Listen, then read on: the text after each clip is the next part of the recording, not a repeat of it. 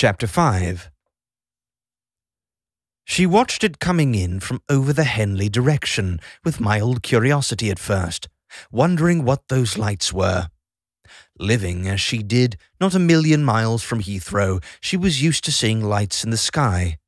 Not usually so late in the evening, or so low, though, which was why she was mildly curious.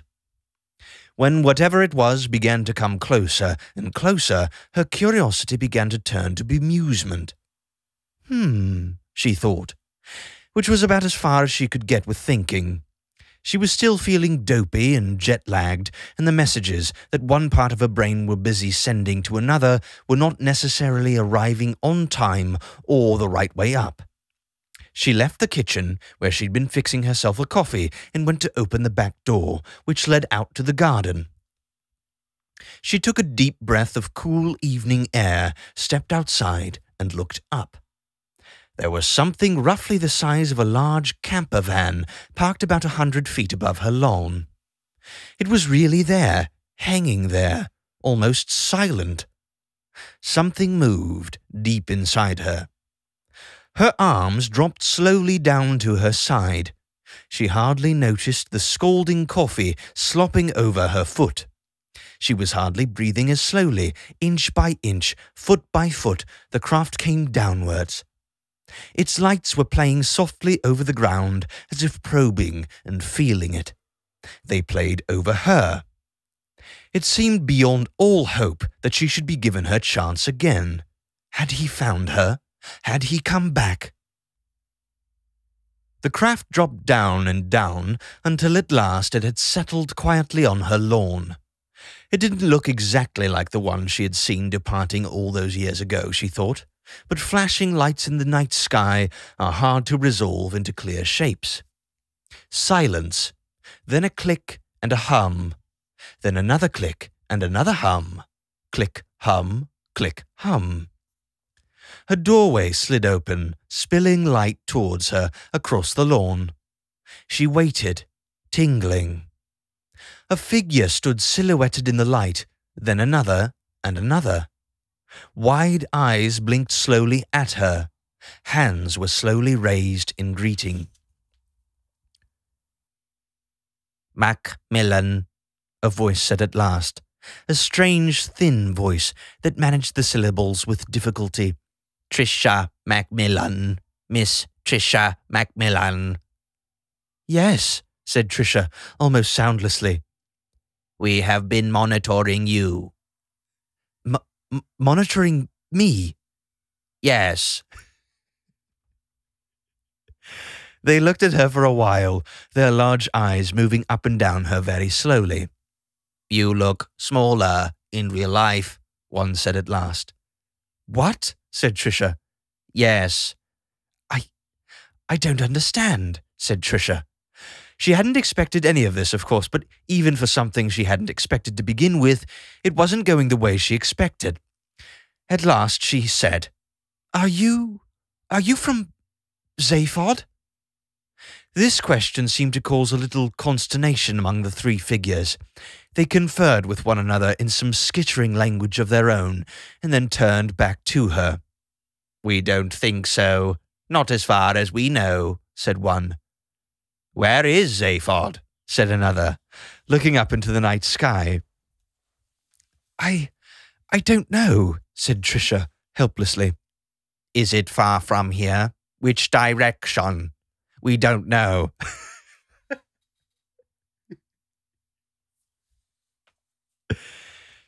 Trisha realized with a sinking heart that they had no idea who she was talking about, or even what she was talking about, and she had no idea what they were talking about. She put her hopes tightly away again and snapped her brain back into gear. There was no point in being disappointed. She had to wake up to the fact that she had here the journalistic scoop of the century. What should she do? Go back into the house for a video camera? Wouldn't they just be gone when she got back? She was thoroughly confused as to strategy. Keep 'em talking, she thought. Figure it out later. "You've been monitoring me?" "All of you. Everything on your planet. TV, radio, telecommunications, computers, video circuitry, warehouses. What? Car parks, everything. We monitor everything. Trisha stared at them. That must be very boring, isn't it? She blurted out. Yes. So, why? Except... Yes, except what? Game shows. We quite like game shows.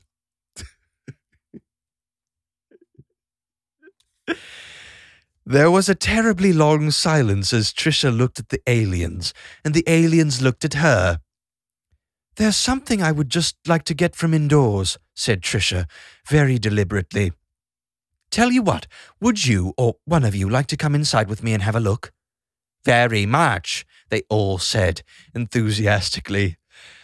All three of them stood, slightly awkwardly, in her sitting room as she hurried around picking up a video camera, a 35mm camera, a tape recorder, every recording medium she could grab hold of.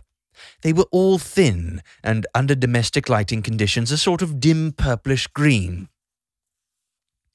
I really won't be a second, guys, Trisha said, as she rummaged through some drawers for spare tapes and films.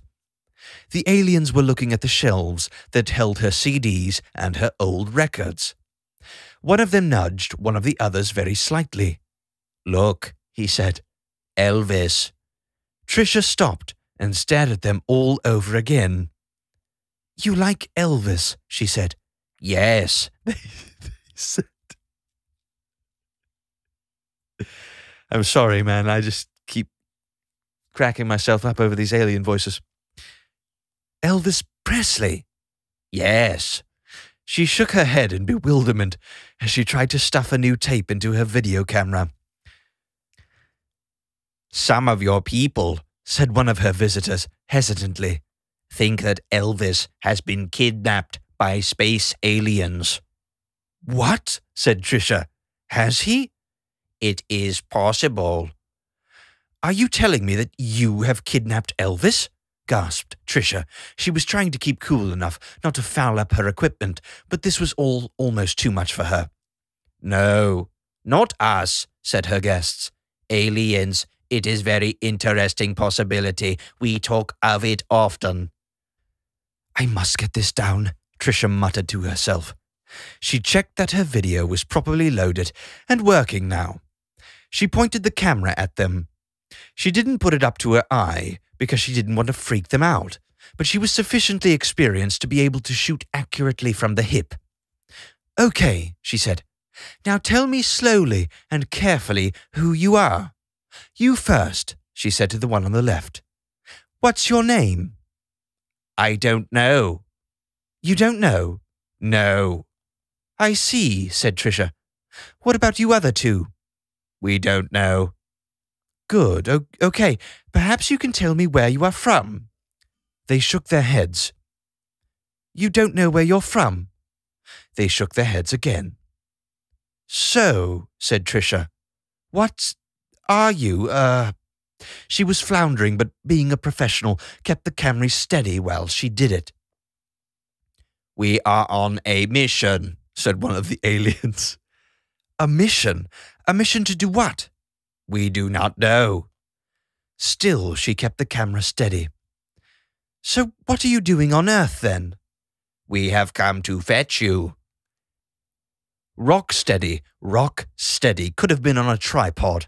She wondered if she should be using a tripod, in fact. She wondered that because it gave her a moment or two to digest what they had just said. No, she thought. Handheld gave her more flexibility. She also thought, help, what am I going to do? Why, she asked calmly, have you come to fetch me? Because we have lost our minds. Excuse me, said Trisha. I'm going to have to get a tripod. They seemed happy enough to stand there doing nothing while Trisha quickly found a tripod and mounted the camera to it. Her face was completely immobile, but she did not have the faintest idea what was going on or what to think about it. Okay, she said when she was ready. Why? We liked your interview with the astrologer. You saw it? We see everything. We are very interested in astrology. We like it. It is very interesting. Not everything is interesting. Astrology is interesting. What the stars tell us, what the stars foretell. We could do with some information like that. But Trisha didn't know where to start. Own up, she thought. There's no point in trying to second-guess any of this stuff. So she said, But I don't know anything about astrology. We do. You do? Yes, we follow our horoscopes. We are very avid. We see all your newspapers and your magazines and are very avid with them. But our leader says we have a problem. You have a leader? Yes. What's his name? We do not know. What does he say his name is, for Christ's sake? Sorry, I'll need to edit that. What does he say his name is? He does not know. So how do you all know he's the leader? He seized control. He said someone has to do something around here. Ah, said Trisha, seizing on a clue. Where is here? Rupert. What? Your people call it Rupert, the 10th planet from your sun. We have settled there for many years. It is highly cold and uninteresting there, but good for monitoring. Why are you monitoring us? It is all we know to do. Okay, said Trisha. Right. What is the problem that your leader says you have? Triangulation. I beg your pardon. Astrology is a very precise science. We know this. Well, said Trisha, then left it at that. But it is precise for you here on Earth. Yes. She had a horrible feeling. She was getting a vague glimmering of something. So when Venus is rising in Capricorn, for instance, that is from Earth. How does that work if we are out on Rupert? What if the Earth is rising in Capricorn? It is hard for us to know. Among the things we have forgotten, which we think are many and profound, is trigonometry. Let me get this straight, said Trisha. You want me to come with you to Rupert? Yes. To recalculate your horoscopes for you, to take account of the relative positions of Earth and Rupert? Yes. Do I get an exclusive? Yes. I'm your girl, said Trisha, thinking that at the very least she could sell it to the National Enquirer. As she boarded the craft that would take her off to the farthest limits of the solar system, the first thing that met her eyes was a bank of video monitors across which thousands of images were sweeping. A fourth alien was sitting watching them, but was focused on one particular screen that held a steady image. It was a replay of the impromptu interview which Trisha had just conducted with his 3 colleagues. He looked up when he saw her apprehensively climbing in. "Good evening, Miss Macmillan," he said. "Nice camera work."